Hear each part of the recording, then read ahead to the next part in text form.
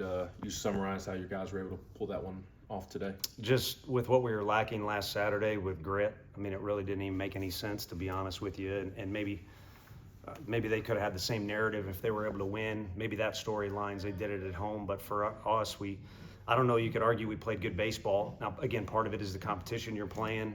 We're playing in a new environment as far as the field goes, but just kind of gritted and gutted our way through the whole thing, and it worked out the right way.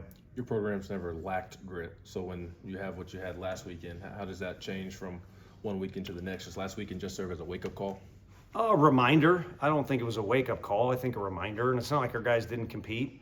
We kind of already talked about Lampkin threw well. Moss has really good arm, and we just didn't play good ball in the second game. But to be honest with you, we didn't play that good a ball this weekend at all.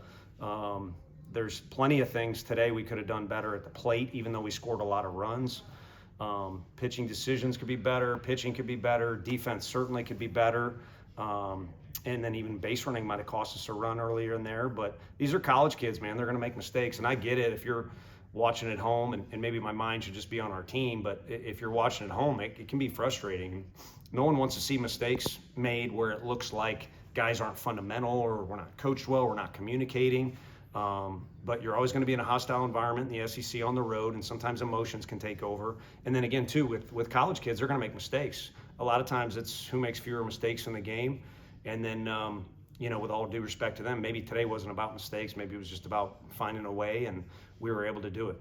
What did you see from Bargo and Chapman there in the ninth? The walk just really good presence. I mean, those are two guys, just to be fair, last year at times, I think were pressing and then changing personality and doubting themselves. And I don't know what the numbers look like right now for both of them, but both of them are incredibly consistent with their approach and their presence at the park every day.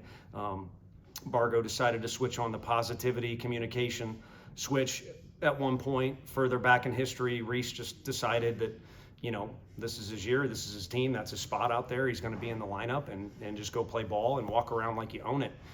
So both those guys have set example because, the new guys are doing what new guys probably do. Kind of, it's up to us to put them in a position to succeed, but there'll be trials and tribulations. And then some of the older guys too, new guys can learn from them obviously, but some of the older guys need to rely on that too. So it's not kind of a split personality almost deal that you're working with our position players and pitchers. Again, knowing what we get, if we get out there and we get beat, great. But it'd be nice to see some consistency like those two have.